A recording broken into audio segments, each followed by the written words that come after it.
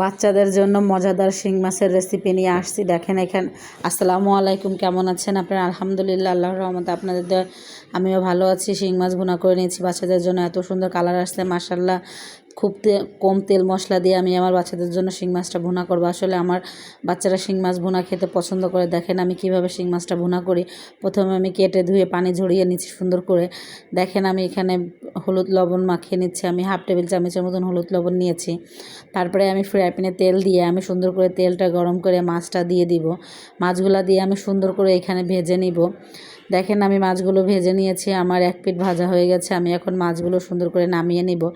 নামিয়ে নিয়ে আমি চুলাতে আমি আর একটা কড়িয়ে বসিয়ে দিয়ে আমি তেল দিয়ে আমি সামান্য পরিমাণে তেল দিয়ে পেঁয়াজটা সুন্দর করে ভেজে আমি পানি দিয়ে দিব। পানি দিয়ে আমি 1 টেবিল চামচ আদা বাটা, 1 টেবিল চামচ রসুন বাটা, সামান্য পরিমাণে একটু মরিচের গুঁড়া, একটু হলুদের গুঁড়া, একটু লবণ সব কিছু দিয়ে আমি ভালো করে নেড়েচেড়ে পানি দিয়ে কষিয়ে নিব।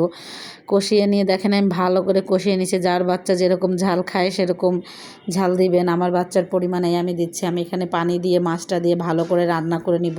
সময় নিয়ে আমি এখন একটু 2টো কাঁচামরিচ ফেলে নিয়েছি। আমার এই রেসিপিটা ভালো লাগে লাইক কমেন্ট শেয়ার দিয়ে পাশে